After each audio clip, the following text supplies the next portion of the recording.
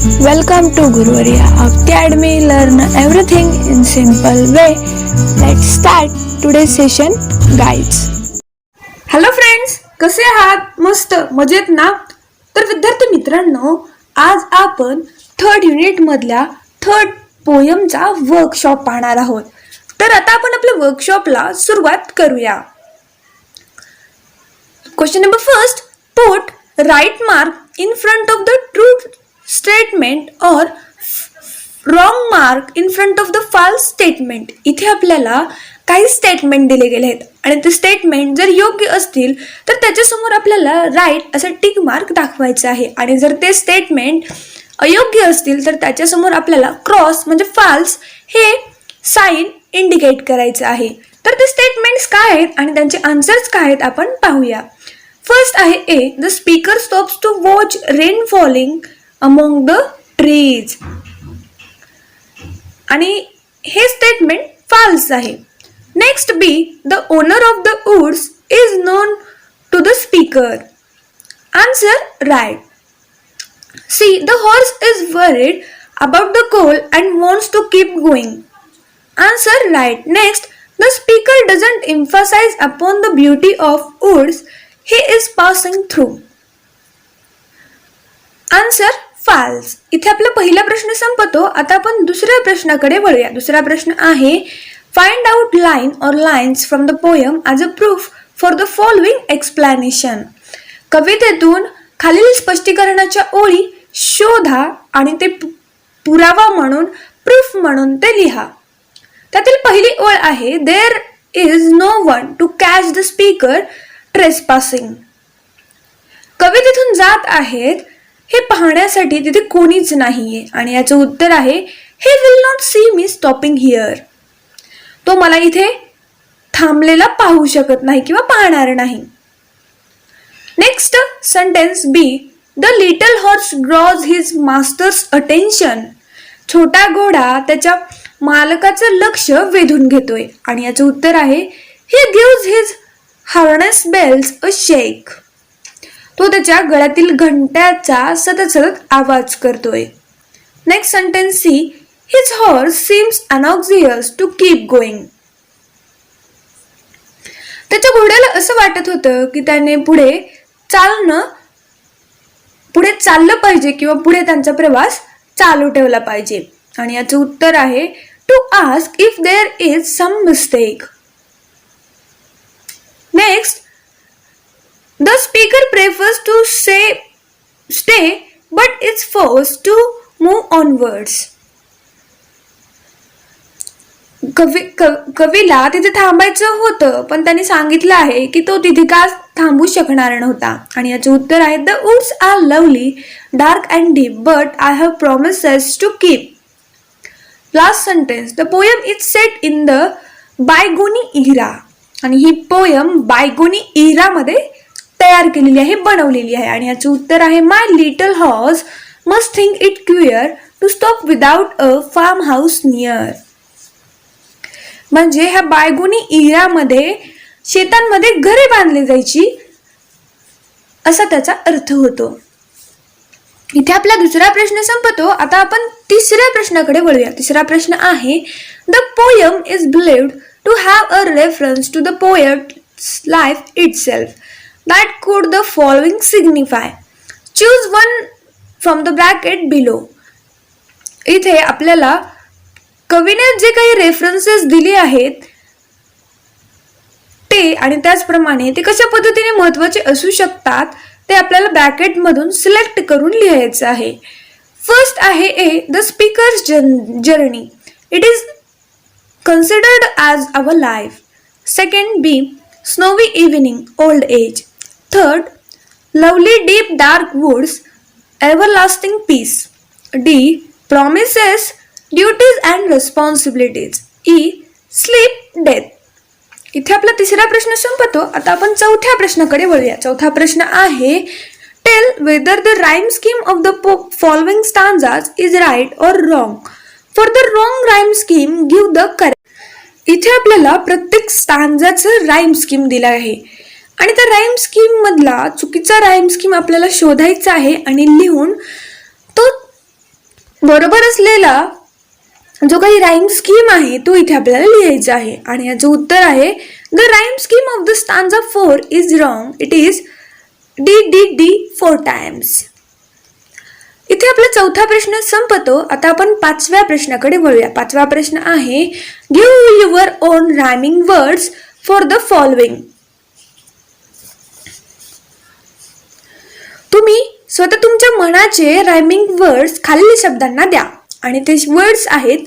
पहिला वर्ड आहे हाऊस आणि त्याचं रायमिंग वर्ड आहे माऊस. त्याचप्रमाणे woods goods, easy cheesy, wind skinned, dark bark, watch notch. इथे आपला पाचवा प्रश्न संपतो. आता आपण सहाव्या प्रश्नाकडे वळूया. सहावा प्रश्न आहे match the lines of the poem with their figure of speech.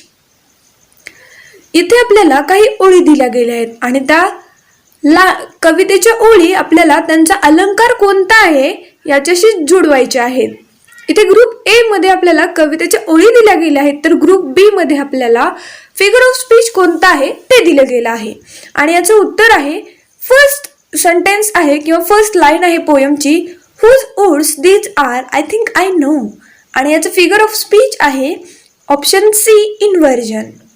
Next the woods are lovely dark and deep आणि याचं फिगर ऑफ स्पीच आहे ए अलिट्रेशन. नेक्स्ट लाईन आहे and miles to go before I sleep and miles to go before I sleep आणि याचं figure of speech आहे option D repetition. And the last my little horse must think it queer आणि याचा answer आहे बी personification. इथे आपला सहावा प्रश्न संपतो. आता आपण सातव्या प्रश्नाकडे वळूया. सातवा प्रश्न आहे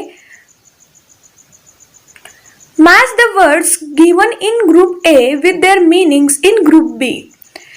ग्रुप ए मधले जे काही शब्द आहेत त्यांचा अर्थ ग्रुप बी मध्ये दिला गेला आहे आणि त्यांच्या जोड्या इथे आपल्याला लावायच्या आहेत आणि याचं उत्तर आहे फर्स्ट मॅच आहे mistake C error. Next downy flakes E soft snow falling. Third woods D jungle. Fourth cure A strange. इथे आपला सातवा प्रश्न संपतो. आता आपण आठव्या प्रश्नाकडे वळूया. आठवा प्रश्न आहे complete the web diagrams bye adding suitable describing words in the boxes.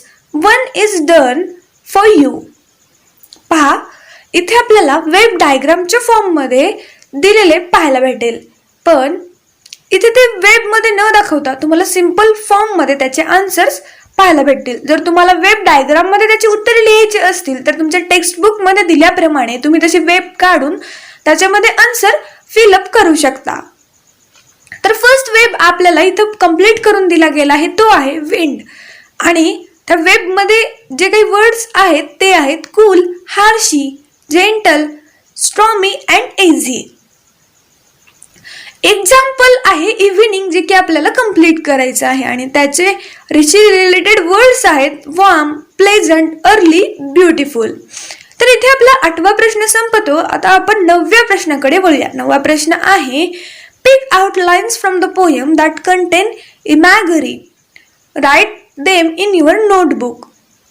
कवितेतून अशा ओळी शोधा ज्यांच्यामध्ये इमॅगरी आहे म्हणजे कल्पनाशक्तीचा अति मोठ्या प्रमाणामध्ये वापर केला गेला आहे. त्या ओळी शोधायच्या आहेत आणि त्या तुम्हाला तुमच्या नोटबुकमध्ये लिहायच्या आहे आणि याचं उत्तर आहे the poem is filled with imagery. The following lines from the poem containing imagery. तर त्या लाईन्स इथे तुम्हाला दिल्या गेल्या आहेत त्या तुम्ही तुमच्या नोटबुकमध्ये लिहा. फर्स्ट लाईन आहे to watch his woods fill up with snow. Second line आहे my little horse must think it queer. Third sentence आहे to stop without a form house near. Fourth between the woods and frozen lake. Fifth, the darkest evening of the year. Sixth, of easy wind and downy flake. Sixth, the woods are lovely, dark and deep. इथे आपला नववा प्रश्न संपतो. आता आपण 10व्या व या वर्कशॉपच्या शेवटच्या प्रश्नाकडे वळूया. तो आहे prepare a set of questions to interview. इथे आपल्याला इंटरव्ह्यू साठी प्रश्न तयार करायचे आहेत पण आपल्याला कशाच्या बेसिसवरती ते प्रश्न तयार करायचे आहेत ते पाहूया. फर्स्ट आहे a person who has just return from a trek in the woods. असा एखादी व्यक्ती ज्याने की आत्ताच नुकतंच जंगलामधून ट्रेकिंग करून परत आला आहे आणि याचं उत्तर आहे आणि त्याला विचारले जाणारे प्रश्न आहेत. पहिला प्रश्न, how was your experience in the woods. Second question, how many of you had gone for the trek. Third question, how does it feel to be back in the concrete jungle. Fifth, what inspired you to take up the trek. Sixth, how did you plan your trek. Seventh, what precautions are necessary when a person plans to go into the wilderness. Next, what was your best and the worst experience during your journey. Next, did you encounter any wild animals. Next question, are you planning on any other trek in the future. And the last question, any advice for a person who wishes to go on a similar journey. त्याचप्रमाणे next example आहे a person who has recently scaled mount Everest. अशी एखादी व्यक्ती की ज्याने नुकताच mount Everest sir केलेला आहे आणि त्याला विचारले जाणारे प्रश्न आहेत. पहिला प्रश्न, you have been on the top of the world quite literally. How does it feel?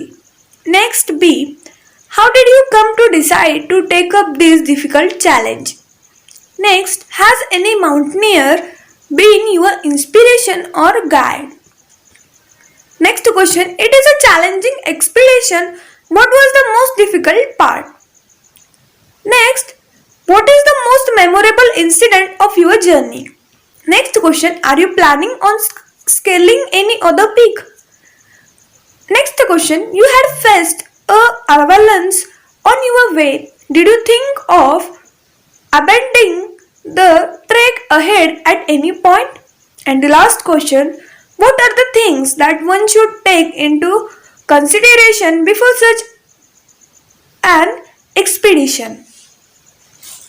तर विद्यार्थी मित्रांनो, इथे आपला या पोयमचा वर्कशॉप संपतो. याप्रमाणेच या पोयमचा आणि या पोयमच्या चिटचॅटचं सेशन पाहण्यासाठी तुम्हाला आमच्या चॅनलच्या प्लेलिस्टमध्ये जावे लागेल. तिथे तुम्हाला 10th स्टँडर्ड इंग्लिश या फोल्डरमध्ये सर्व व्हिडिओज मिळतील. पाहायला विसरू नका. धन्यवाद. Thanks for watching video. जर तुम्ही आमच्या चॅनलला सबस्क्राईब केलं नसेल तर लगेच सबस्क्राईब करा आणि बाजूला असलेल्या बेल आयकॉनवर क्लिक करा. म्हणजेच तुम्हाला आमच्या नवीन व्हिडिओचे अपडेट भेटतील. आणि शेअर करायला विसरू नका, कारण जशी तुम्हाला मदत झाली तशी इतरांना पण होऊ द्या. Thank you everyone.